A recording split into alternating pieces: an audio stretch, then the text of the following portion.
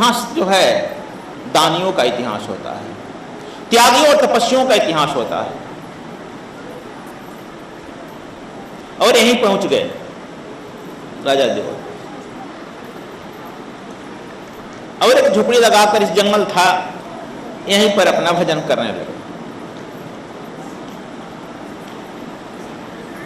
भोजन कहीं से मिल जाएगा। फिर अपना गणेश जी को भेजे कि जाओ अपनी मां को बुला लाओ। गणेश जी जाकर के बुलाए हिमालय से, कहीं बड़ा काशी अच्छी भूमि में रहने लगे। कहा कि पहले गृह प्रवेश तो कराओ। गृह प्रवेश कराने के लिए जिन ब्राह्मणों को फिर बुलाने गए शंकर जी, एक ब्राह्मण नहीं आया। कहा कि ऐसा हम लोग पाप कराएंगे, जो पेड़ पर रहने वाला, स्मशान भूमि पर रहने वाला महल में रहे, और महल में रहने वाला झोपड़ी में रहे, ऐसा हम लोग पाप नहीं करेंगे। ऐसा हम ब्राह्मण नहीं है। तुम कहाँ के ब्राह्मण हो? काशी की जरूर नहीं हो। अवसर पाते हम तुम लोगों को काशी से बाहर करेंगे। शंकर जी कोई गृह प्रवेश कराने वाला नहीं मिला। शंकर जी कहे पुत्र क्या होगा? कहा कि चलिए हम भी कुछ पढ़े लिखे हैं, मंत्र जानते हैं। कहा कि तब हम गृह प्रवेश कर देते हैं, आप दोनों आदमी को बैठाते हैं, दोनों में गांठ बांधेंगे ना, लेकिन हमारा दक्षिणा तैयार रखिएगा। यहाँ जजमनिका का सवाल है भाई, हमारा दक्षिणा तैयार रखिए। गणेश जी कहते अच्छा ठीक, समानुमान शिव जी प्रबंध किए। पार्वती जी कही कि हम स्नान करके गंगा से आ रहे हैं, अपनी बहन गंगा को भी लेते आए, उसको भी खुशी होगी गृह प्रवेश में। जब यहाँ आए स्नान करने के लिए पार्वती, तो देखते हैं कि गंगा जो है मुंह फुलाकर इधर आ रही है। चिल्लाई कि बहन क्यों नहीं आ रही हो? क्या तुम दुखी हो कि हमको अब घर द्वार मिल गया, नया फ्लैट मिल गया और काशी नगरी मिल गई, तुमको दुखी है? गंगा कही कि हाँ मैं अति दुखी हूं। कहा क्यों? कहा कि तुम्हारा पति जो है अब झूठ बोलने लगा, और अभी तक तो लोग कल्याण करता था, अब तंग करने लगा। कहा क्या? कहा कि देखो राजा देवदास ने काशी अपने लिए बनाया है और उससे झूठ बोलकर दान ले लिया ब्राह्मण बन। एक ब्राह्मण संकल्प नहीं कराया, एक ब्राह्मण तुम्हारे यहां जो गृह प्रवेश कराने नहीं आएगा। और वह राजा देवदास देखो सामने झोपड़ी में रह रहा है। अब बताओ, पति पत्नी जो राजा है जिंदगी भर महल में रहा, वो झोपड़ी में रहा, और जिंदगी भर जो रहा स्मशान घाट पर, वो महल में रहेगा। तो उसको तो पीपल का पेड़ और बड़ का वृक्ष ही काफी है, और हम स्मशान घाट पर जगह दे ही देते हैं। गंगा किनारे स्मशान घाट होता है, हम जगह दे ही देते थे। तो वह जगह छीन के कूद के चला गया महल में। ऐसे में गृह प्रवेश में मैं नहीं जाती। कहाँ जा रही हो? देवदास पुत्र है, जानते हो बुढ़ापा में, बचपन में प्रत्येक लड़कियां अपने पिता का उंगली पकड़कर चलती है, जवानी में अपने पति का हाथ पकड़कर चलती है, बुढ़ापे में अपने पुत्र का हाथ पकड़कर चलती है। हम तो बुढ़ी हो गए,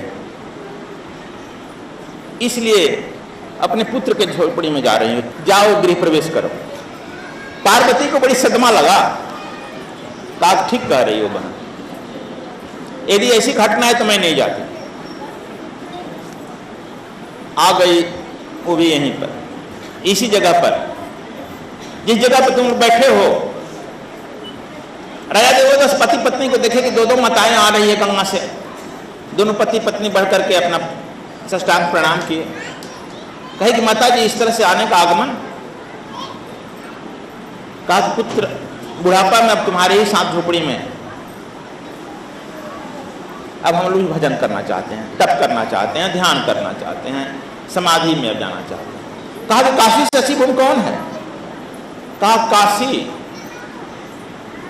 में अब गृह प्रवेश हो रहा है, कर्मकांड हो गया है, अब कर्मकांडियों से भर जाएगा, इसलिए अब यही जंगल जो है तुम्हारा कानन ध्यान और समाधि के लिए उपयुक्त है। हम दोनों बहनों का स्थान दो। कहे कि आप तो मेरी माँ हैं, इस तरह से भी माँ है, उस तरह से भी माँ है। कहा किस तरह से? इस तरह से। कहा पूरे जगत कहता है गंगा को माँ।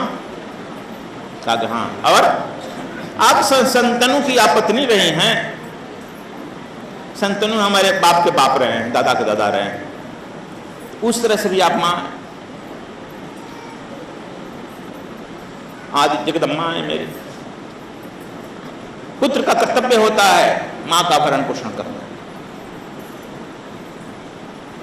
यह तो हम अपना कर्तव्य करेंगे, कोई पुण्य और पाप का लिहाज नहीं रहा। और आपकी बहन है पार्वती,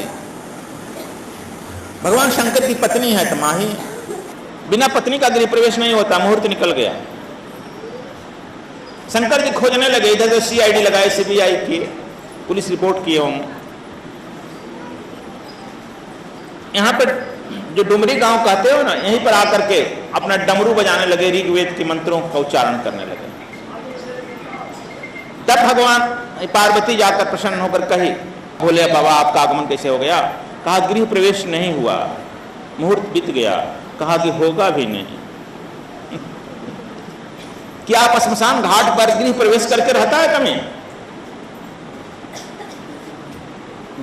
मंत्र पढ़कर आता है श्मशान घाट पर, जहां जहां जाता है वहां पर मंत्र पढ़ के जाता है? कहे कि नहीं। कहा कि जब नहीं जाता है तो यहां मंत्र पढ़ने किया, डमरू बजाने से इसका नाम डमरू पड़ा, डुमरी। कि तुम रह जाओगे तो हमारा भोजन कौन कराएगा? पार्वती ने बोला कि आपका जो मंदिर बनेगा उसके सामने मैं अन्नपूर्णा के रूप में रहूंगी, और आप ही का नहीं, आप किसी भी अतिथि के काशी में जो आ जाएगा वो आज के बाद भूखा नहीं रहेगा, यह मैं वरदान देती। शंकर जी को वरदान दी उनकी पत्नी अन्नपूर्णा के रूप में। इसलिए तुम लोग भी अपने अपने पत्नी से कुछ वरदान लो। जोगानंद का नाम सुना होगा आप लोग, बहुत अंग्रेजी किताबें बिकती है प्लेटफार्मों पर। कलकत्ता से जोगानंद जब 18-20 वर्ष का था तो यह कथा पढ़ा, और वहां से यंग लड़का बड़ा सेंटिमेंटल होता है, जोगानंद वहां से काशी चल दिया इस बात की परीक्षा लेने के लिए। क्या नाम है? एटोग्राफी ऑफ जोग, जोगीज में लिखा है। जोगानंद जी अपने जाकर के दशाश्वमेध घाट पर रात में गमछी डालकर सो गए। भूख लगी थी और कह रहे हैं कि यदि कोई अन्नपूर्णा होगी तो खिलाएगी, नहीं तो मैं मान लूंगा काशी जो है ये झूठी कथा है। वो अपने मन में सोचे, माइक पर नहीं कहे। जोगानंद अपने लिखा है वह सो गए। जब 11 बजा 12 बजा, भूख बढ़ने लगी, तब एक बूढ़ी आई, जगाई, ये बेटा उठ। जोगानंद जी उठे तो नींद कहां लग रही थी, भोजन दिखाई पड़ रहा था। कहा क्या है माता जी? कहा कि हमारी गठरी रखकर हम स्नान करेंगे। तब काशी में 12 का घंटा बजा। कहा कि 12 बजे आप स्नान कर जा रहे हो? बिजली उजली था नहीं, घाट ओट कच्चा। कहा कि हाँ, हमको भी 12 बजे स्नान करने की चिंता हो रही है। ये हमारा गठरी जो है देखना ठीक से। गठरी देख करके वह स्नान करने चली गई। आधा घंटा हुआ नहीं आया, 1 घंटा हुआ, 1 घंटा जा बटा।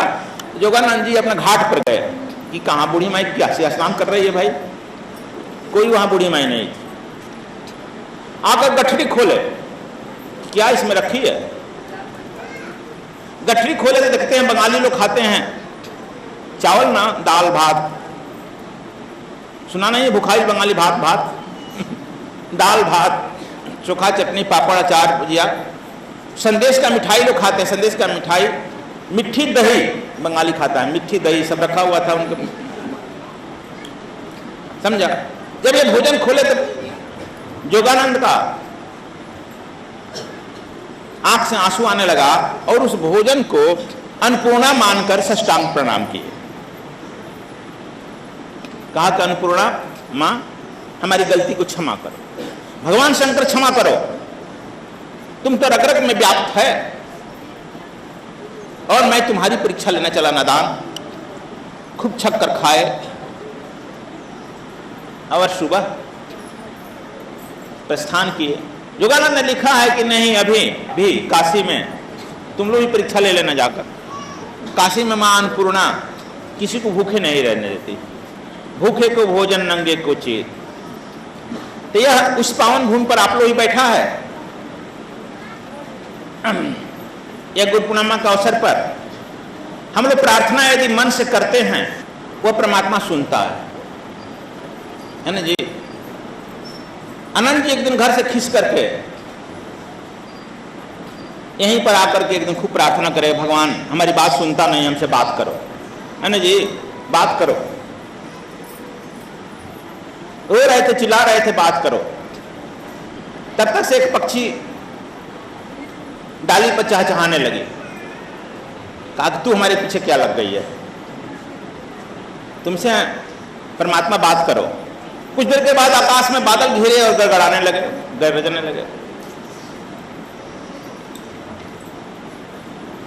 फिर कहे कि चलो परमात्मा बात नहीं कर रहा है हमसे। परमात्मा तो निर्गुण निराकार होता है, उसका साकार रूप गुरु होता है। और कहीं अन्यत्र जाएगा तो किसी न किसी साकार रूप में कोई न कोई रूप पकड़ेगा ही।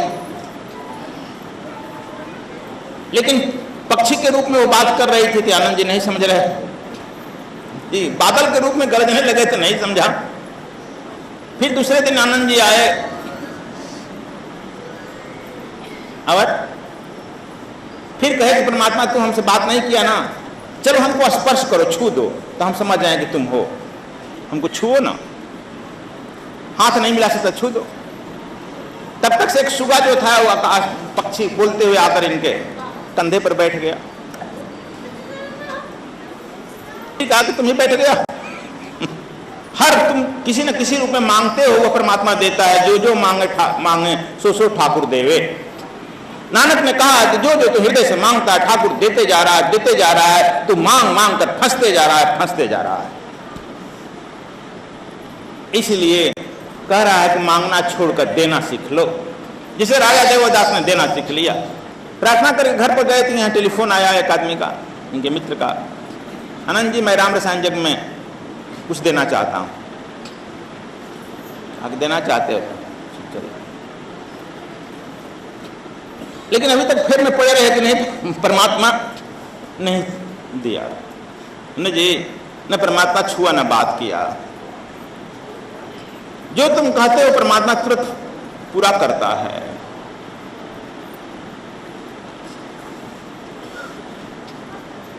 समस्याएं भी हम अपने मांगे हैं, उससे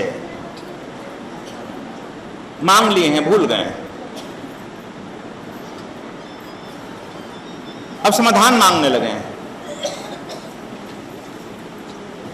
मांगो ही मत, छोड़ दो।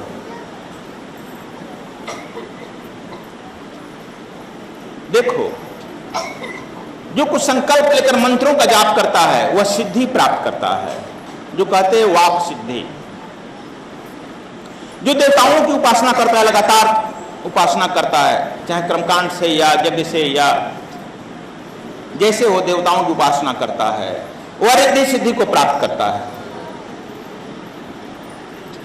और जो कुछ मांगता नहीं है, लगातार गुरु के सेवा में रहता है, सुमिरन में रहता है, समर्पण में रहता है और गुरु पर ही अपने राम के तरह, कृष्ण के तरह सब कुछ निछावर कर देता है, वह भगवान कहलाता है। मैं बोला था कि ना आज तक मैं परमात्मा को प्रार्थना किया, न पूजा किया, न उपासना किया, न किसी देवी देवता को। देवी देवता को तुम लोगों के लिए चलते करा देता। फिर कहे कि तब तो आप नास्तिक हैं। ये आनंद जी कह रहा। मैं जब से होश संभाला, इसलिए तुम लोग कह दूं, आज वहां भी कहा था, मैं जब से होश संभाला हूं तब से केवल गुरु की पूजा करता हूं, गुरु की आराधना करता हूं और किसी।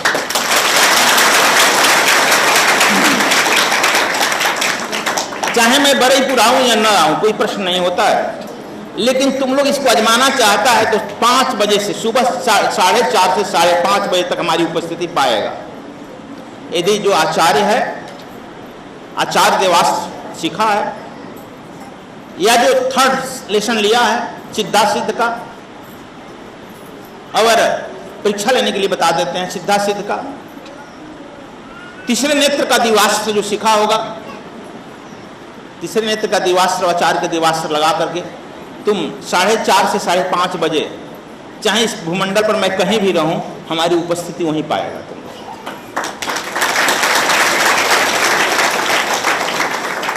सुख शरीर से सुख शरीर, जैसा तुम रहेगा उसे शरीर से ग्रहण करना पड़ेगा। मानसिक पूजा की महात्मा है रामानंद जी, कहलाते इष्ट हनुमान जी हैं। उनके अभीष्ट राम और जानकी लक्ष्मण आता है, लेकिन जब रामानंद जी पूजा कर रहे थे बहुत देर तक उठे नहीं। बहुत सी लोग बेचारे हैं गुरु जी के बहुत देर हो गया पूजा, 1 घंटा से ज्यादा हो गया, 2 घंटा हो गया। तो कबीर साहब का है कि अरे गुरु जी तो उलझ गए हैं। कभी गुरु जी का समस्या शिष्य भी समाधान कर देता है। कहे गुरु जी उलझ गए हैं। कहा गुरु जी मानसिक पूजा में सब मन से मांगा जाता है ना। रामानंद जी से एक माला पहना रहे थे, माला था ना, माला संजोग से छोटी थी, गर्दन में अट नहीं रही थी उनके अपने गुरु जी के। मन से जो मांगेगा वह मन देता है। मन मानसिक पूजा में संभवतः छोटा माला मांग ली, माला पहनाने लगे गर्दन में, तो वह प्रवेश नहीं कर रहा था। बड़े परेशान थे, क्या करें। कबीर साहब कहे कि गुरु जी मालवा की भुनिया खोल दीजिए। भुनिया समझता है ना तुम लोग भोजपुरी में, मालवा के पीछे जो बांधा है उसे खोल दीजिए और खोल करके गुरु जी में बांध दीजिए सरकवासी पिछवा गर्दनिया में, आसानी से हो जाएगा काम। आंख बंद कर पूजा कर रहे थे, मानसिक पूजा। रामानंद जी समझ गए कि आ गया ये, देख लिया हमारी सब खेल। लेकिन गुरु जी मानसिक पूजा करके उठे और कबीर को अंक में मिलाकर कहे, कबीर सच पूछो जागतिक गुरु तो मैं ही हूं तुम्हारा, लेकिन सच पूछो तो आध्यात्मिक गुरु तुम मेरा हो गया। जब मेरे मन की समस्याओं का तू समाधान कर देता है, मानसिक स्तर है एक, इसके बाद भी आध्यात्मिक स्तर है। तो तू देखो, तू काम करते रहो, कहीं गुरु पूजा करते रहेगा। आज गुरु पूर्णिमा में कोई एक संकल्प लो कि अपना कोई एक बुरा काम छोड़ देंगे और गुरु में कम से कम 100% नहीं तो कुछ स्नेह तो लगाएंगे ही। गुरु में स्नेह लगाओ। संभवतः इसीलिए पार्वती को उपदेश देते हुए कहे हैं शंकर जी, ध्यान मूलम गुरुर मूर्ति, पूजा मूलम गुरु पदम, मंत्र मूलम गुरुर वाक्यम, मोक्ष मूलम गुरु कृपा।